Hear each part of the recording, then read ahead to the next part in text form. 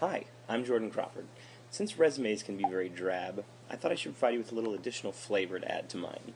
In this mock interview, I will ask many questions of myself that you may ask in an interview. This will allow you to get a better sense of me. Question 1. What is your greatest strength? This is a very common job question. I would say my greatest strength is my ability to analyze all of the issues of a problem and then come at the solution in different ways. What is your greatest weakness? This is a tough question. I would say that my greatest weakness is most likely I'm too headstrong at times. Sometimes I come up with solutions to problems, and I think that those are the best ways to handle those problems, even when there are other alternatives. How do you determine or evaluate success? Give me an example of one of your successful accomplishments. So this is a good question.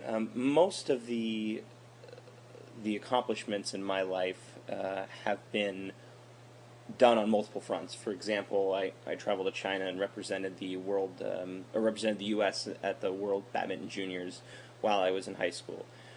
While I was in college, I worked for Palm part-time. In addition to achieving my bachelor's while working for Palm, I went on to achieve a master's also while working for Palm. During that time, I was a TA for all 4 semesters, so I had a job at the University of Missouri. I like to get into situations where I'm challenged on multiple fronts. Describe the characteristics of a successful manager. I think this is a very simple question, and I think that the characteristics of a successful manager are just empowering their employees to accomplish goals themselves. I think that you have to trust your employees that they will do the job well, and I think they'll continually amaze you. How would you describe your leadership skills? So I would say that I'm comfortable following or leading. I think that I like to come up with plans in terms of what I do and how I work with people. And so I'm very good at leading groups or leading tasks. I've managed several agents to work on transitions from one knowledge management product to another, and to manage the knowledge creation process. So I'm comfortable in both roles, really. Which is more important, creativity or efficiency? Oh, this is a good question too. I think it's kind of a dichotomy that doesn't really exist. I think you can be creative and efficient as well, but I certainly think creativity takes time, and the light bulb wasn't invented in a day, right? So I would say that you can be creative in being efficient. And I would say that that is the best way to mix those two concepts. So while creativity is important, I think you can become more efficient by being creative. So maybe I have to say creativity. What 2 or 3 things are most important to you in your job? Number 1, the group environment. I want to work with a great group of people. Number 2, the task I am given are challenging. I want to be challenged. That's kind of obvious. What, in your opinion, are the key ingredients in guiding and maintaining successful business relationships? So this is a good question because business relationships are unlike anything else, because you get to work with people that you don't necessarily select. So I think some of the importance in good business relationships is knowing the communication styles of your team, knowing the communication styles of people outside your team. For example, engineering, when working with engineering, they sometimes speak a different language than people like myself in customer support. So a lot of my job involves translating what engineering says into something that a customer can understand.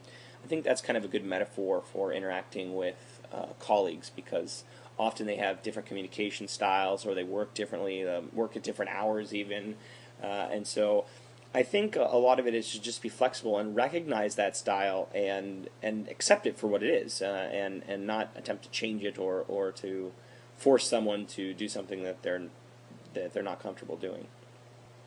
Describe the most significant or creative presentation that you've had to complete. So I would say that I traveled to the Philippines and India to to interview hundreds of agents to determine how my knowledge is being received. And in that process,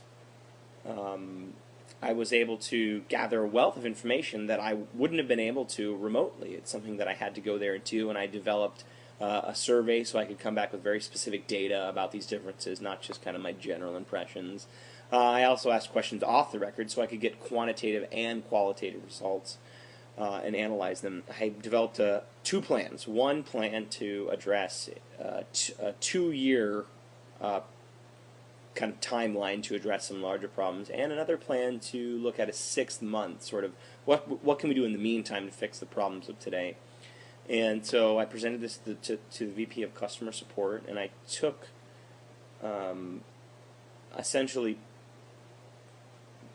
whether they were, some were visual and some were guides, and I pasted 8.5:11 paper all across the wall so that it was really an interactive presentation, so the VP could go around and see kind of the 8 major problems that we were having and why we were having them, and see some visuals and some screenshots and call-outs and what the agents see. And I think that was the most creative presentation that I've had to give. It took a little bit to set up, but I think so many people will come in a room and sit down and get on their phones and do email, and so this was a little bit more engaging to present the information as efficiently as possible. Some people consider themselves to be big picture people, and others are detail oriented. Which are you?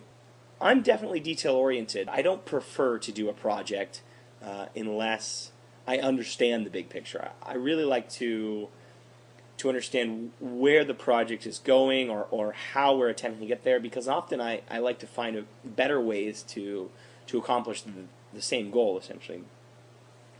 So I would say that overall I'm really detail oriented. I don't like things to go without periods, and so I really look at that stuff, and every time I send something out I realize it has my name on it, it has my name attached to it, and not in the vain sort of sense, but that's important to me in terms of ethics and other things, and how you represent yourself to other people. On occasion, we are confronted by dishonesty in the workplace or in school.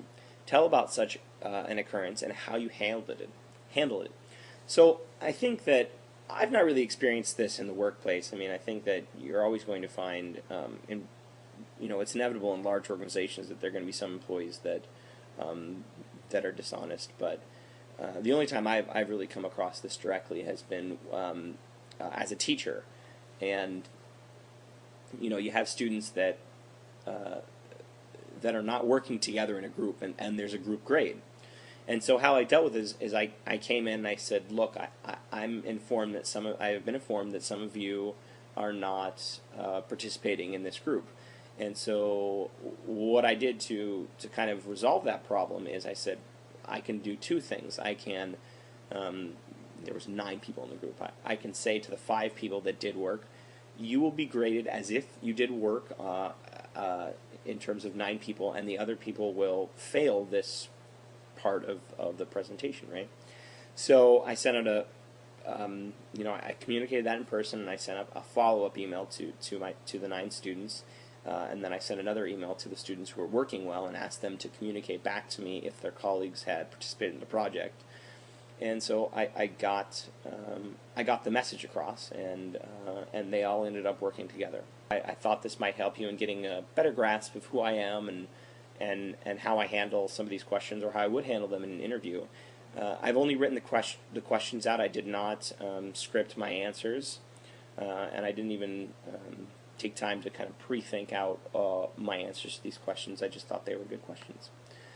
So I appreciate the time you've taken to look over my interview and to read my resume and read my cover letter and all those things. Thank you for watching, and have a nice day.